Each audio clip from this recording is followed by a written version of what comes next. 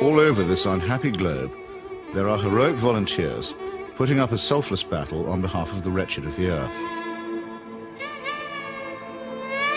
But only one of these is considered to have invisible means of support, to be nothing less than a saint. What makes Teresa of Calcutta so divine?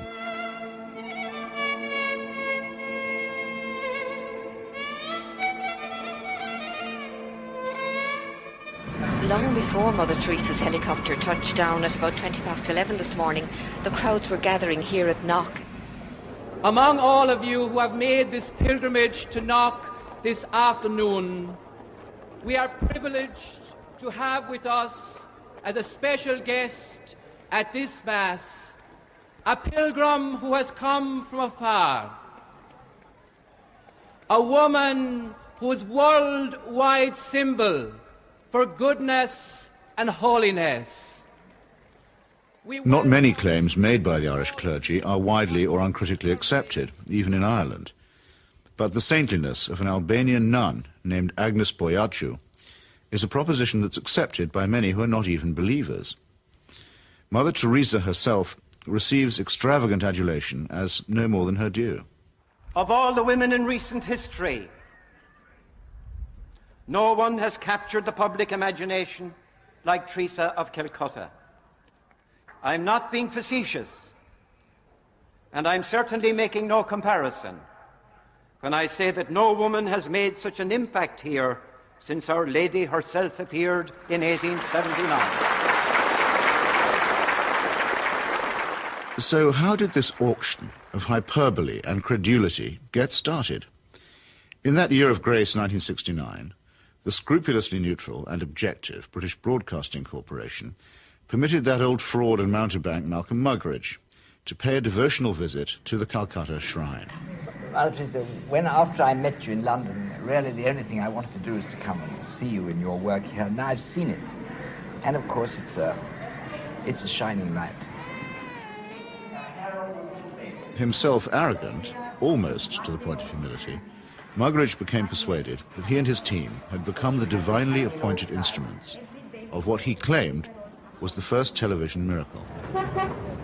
During Something Beautiful for God, there was an episode where we were taken to a building that Mother Teresa called the House of the Dying, and Peter Schaefer, the director, said, it's very dark in here, do you think we can get anything? And we had just taken delivery at the BBC of some new film made by Kodak, which we hadn't had time to test before we left, so I said to Peter, well, let's have a go. So we shot it. And when we got back, several weeks later, a month or two later, we're sitting in the Rushes Theatre at Ealing Studios, and eventually up came the shots of the House of the Dying. And it was surprising. You could see every detail. And I said, that's amazing, that's extraordinary. And I was going to go on to say, 3 cheers for Kodak. I didn't get a chance to say that, though, because Malcolm, sitting in the front row, spun round and said, it's divine light. It's Mother Teresa. You'll find that it's divine light, old boy. And 3 or 4 days later, I found I was being phoned by journalists from London newspapers who were saying things like, we hear you've just come back from India with Malcolm Muggeridge, and you were the witness of a miracle.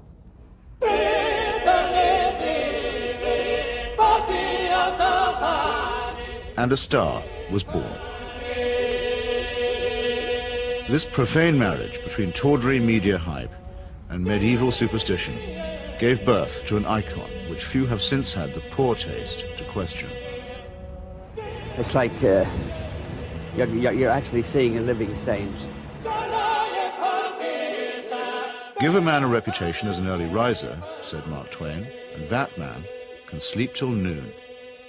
How does the reputation of Holy Mother Teresa look if, just for a moment, we switch off Malcolm Muggeridge's kindly light?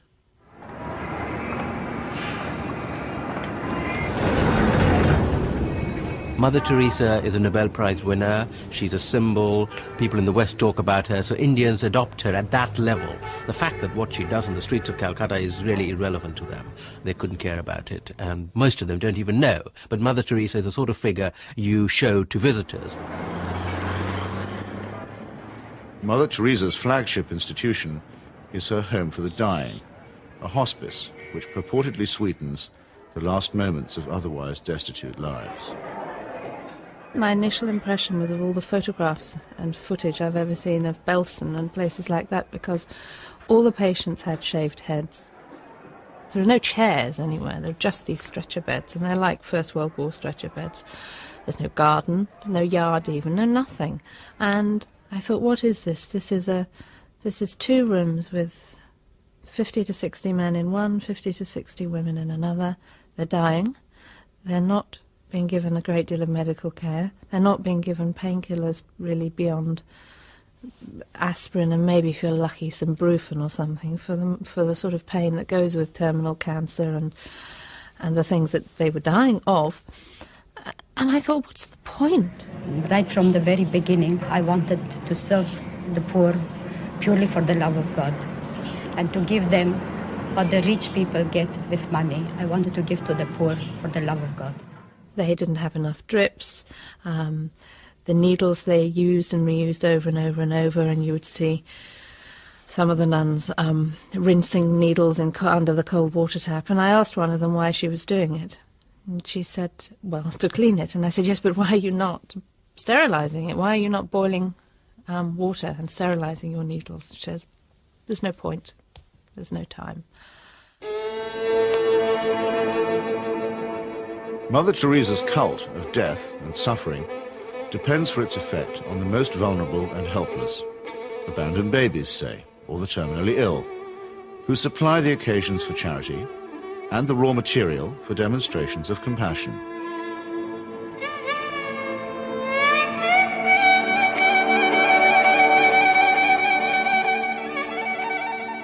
The first day I was there, when I'd finished working in the women's ward, I went and waited on the edge of the men's ward for my boyfriend, who was looking after a boy of 15 who was dying. And an American doctor told me that she had been trying to treat this boy and that he had a really relatively simple kidney complaint that had simply got worse and worse and worse because he hadn't had antibiotics, and he actually needed an operation. I don't recall what the problem was. She did tell me. And she was so angry, but also very resigned, which so many people become in that situation. She said, well, they won't take him to hospital. And I said, why? All you have to do is get a cab, take him to the nearest hospital, demand that he has treatment, get him an operation. She said, they don't do it. They won't do it. If they do it for one, they do it for everybody. And I thought, but this kid's 15.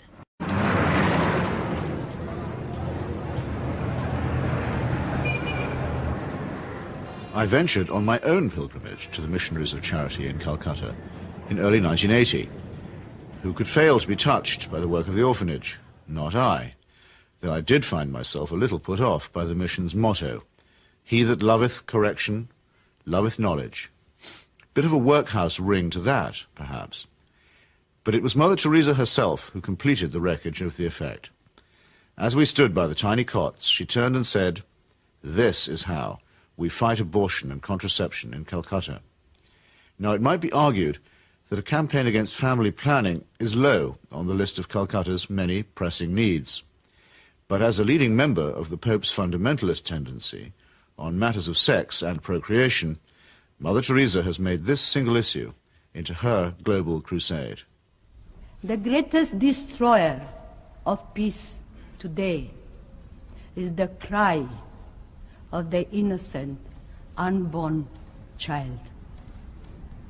If a mother can murder her own child in her own womb, what is left for you and for me to kill each other? Tenderness about the unborn is an emotion that I share myself. But tenderness about the unborn also becomes an overtly political matter when it's preached by a presumable virgin who also campaigns against birth control.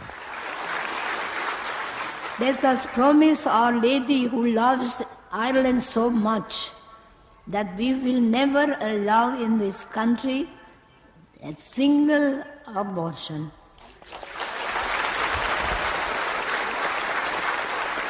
And no contraceptives. Mother Teresa has no politics, so she maintains, and so many people believe. But when she came to London in 1988, ostensibly as an advocate for the homeless, she bent the ear of the Iron Lady and sought to steer her to the support of a bill limiting abortion. The sponsors of that bill, who arranged the meeting, were in no doubt that her intervention was political. She's not a party political figure, but she's a political figure in the sense that, A, she is part of what may be called the Catholic agenda, the broader Christian right agenda, and the Catholic Church has been following what has generally been considered a hard-line approach under the present Pope. Now, she's part of that agenda, and that is fairly political agenda. I mean, you know, no abortion, opposition to birth control, ideas like that are fairly, you could say they would be contested in the political arena. And the second factor is that she is also part, if you like, of the Western agenda, where the West is still part of the third world. The rich world has a poor conscience. It wants, in fact it needs, to think that someone, somewhere, is doing something about the third world. And the Mother Teresa myth ministers to this desire. Here is a Western woman who has forsaken her life, albeit whatever life she might have had in Albania, you know, for sacrifice herself for the people of the third world. It makes the West feel better, you know. This is one of us again, once again rescuing the third world. Raising the roof. Yes, raising the roof. He's got his rations. Yes, he's got it, he's cleaning it. And then pecho shop. In the subliminal appeal that she generates, there is something of the mission to the heathen, something of the old colonial outpost, and something of Florence Nightingale. While in the silent and abject demeanour of her patients, there is something of the deserving poor. The Great White Hope, in this iconography, takes on the big black hole. And the rewards are by no means all in heaven.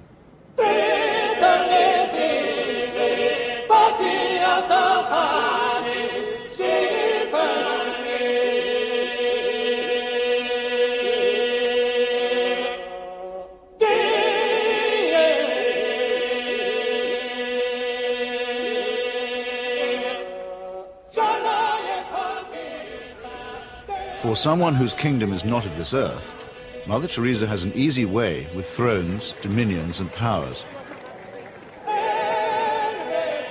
Why do the rulers of this sinful and selfish world find her so awfully congenial?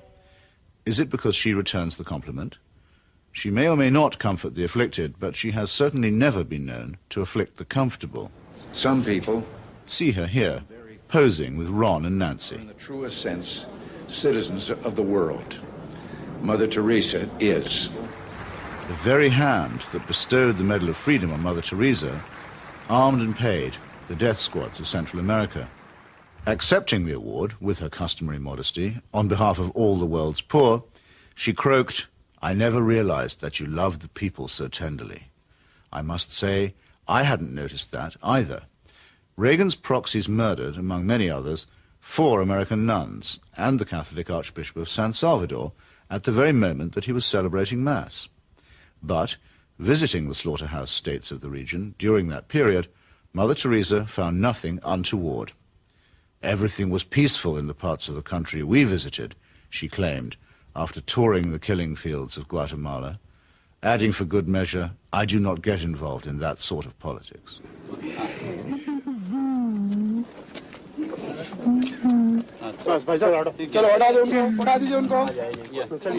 In 1984, a ghastly chemical spill from the Union Carbide plant in the Indian town of Bhopal took 2,500 lives and poisoned thousands more.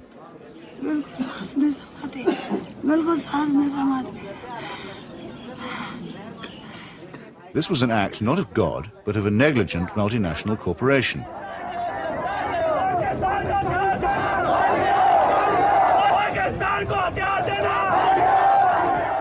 Mother Teresa's advice to the angry victims? Forgive. Forgive.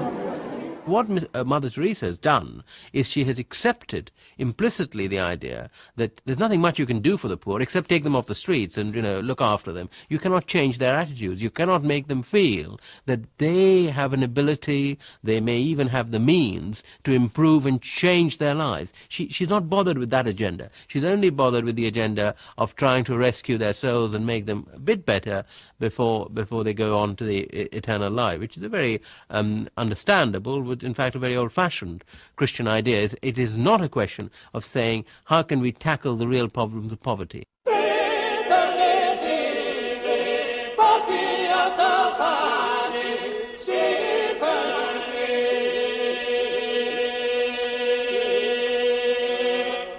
Like most people who claim to be apolitical, Mother Teresa is in practice and in theory an ally of the status quo, and when the status quo is threatened, a trusted ally of the conservative forces.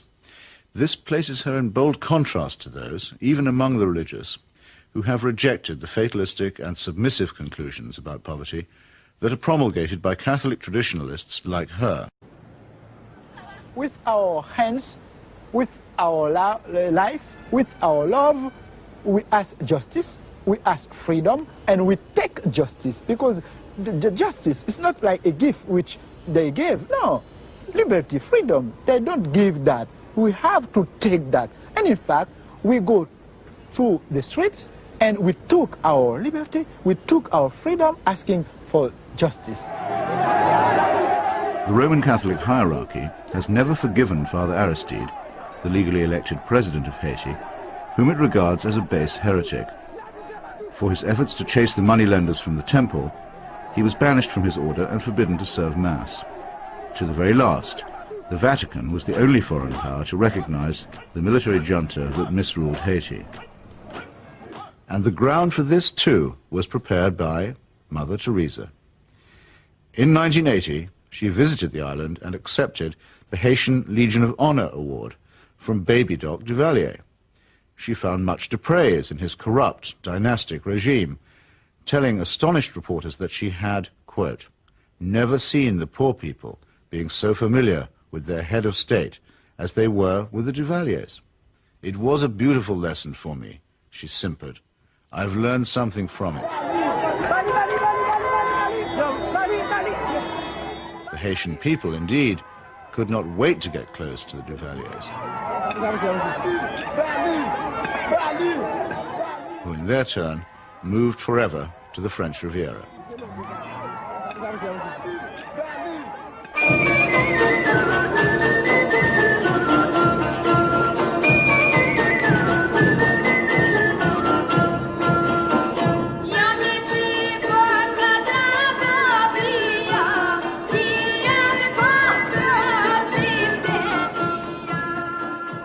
Mother Teresa admires the strength of the powerful almost as highly as she recommends the resignation of the poor. When she visited her motherland of Albania, she appeared to take seriously St. Paul's notorious assertion that the powers that be are ordained of God. The Albanian authorities had proclaimed the world's first officially atheist state. They had persecuted all forms of worship except that of their leader, Enver Hoxha. No whit abashed, Mother Teresa laid a bouquet on Hoxha's tomb. Not content with honoring a Stalinist murderer and despot, she also bestowed a wreath on the monument of Greater Albania, a cause that was once smiled upon by Pope Pius IX and his friend, Benito Mussolini.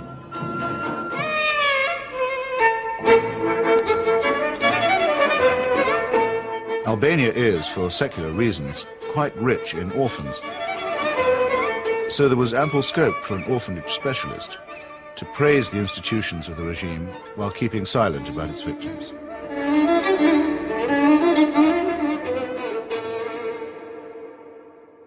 If it sometimes seems that the Saint of Calcutta is never actually in Calcutta at all, this may be because she operates more as the roving ambassador of a highly politicized papacy.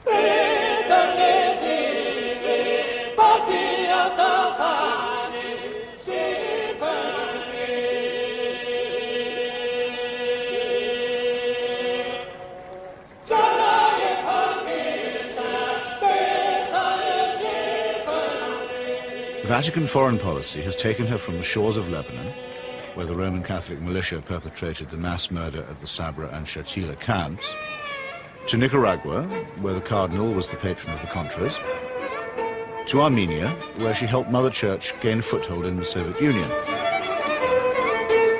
In return, the present Pope is known to have placed her on the fast track for canonization.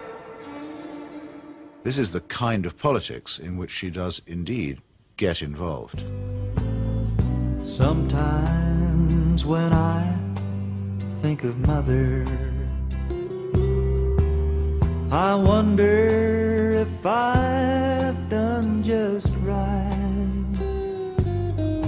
Though I'm many miles away, I can almost hear her say, "Where's my wandering boy tonight?" Robert Maxwell's genius for self-promotion made a nice fit with Mother Teresa's talent for fundraising. It became hard to decide which of the two was using which, or was it both? In the United States, Mother Teresa accepted well over $1 million from Mr. Charles Keating, a right-wing Catholic fundamentalist and anti-pornography crusader who was also a California savings and loan tycoon. Mr. Keating's problem was that he was using other people's money. He's now behind bars after the greatest scandal in American financial history. But while he was flying high, Mother Teresa flew right along with him. She got the use of his private plane. He got a personalized Mother Teresa crucifix, which he used to store up treasure on earth. Let's get him out of here. Why should the missionaries of charity have such a special vocation for work among the rich? And does Mother Teresa pick frauds because they need her help more than the honest billionaires? It's not a question that she's ever answered, but then, in the prevailing atmosphere of piety and adoration, it's not a question that she's ever been asked.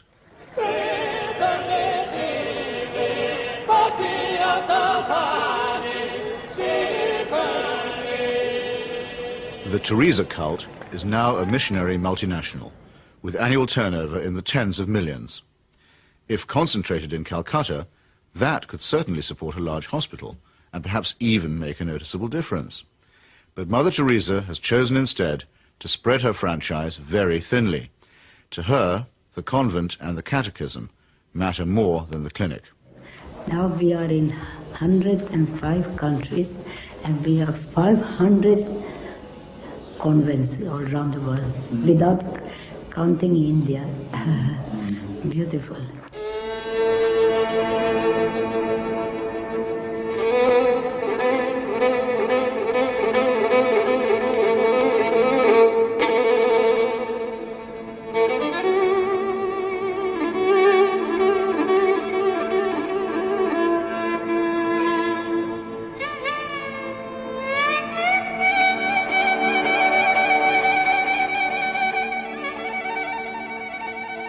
Modesty, simplicity, humility. By these canonical keywords, we are taught that we may recognize saints. Yet Mother Teresa regards herself as mandated by heaven, which is hardly modest. She lends spiritual solace to dictators and to wealthy exploiters, which is scarcely the essence of simplicity. And she preaches surrender and prostration to the poor, which a truly humble person would barely have the nerve to do. When she speaks about private or public morality, opposing family planning, for example, or defining abortion as quite literally the greatest threat to world peace, she takes on the grim and tedious tones of the zealot and the fanatic. In a godless and cynical age, it may be inevitable that people will seek to praise the self-effacing, the altruistic, and the pure in heart. But only a complete collapse of our critical faculties can explain the illusion that such a person is manifested in the shape of a demagogue, an obscurantist, and a servant of earthly powers.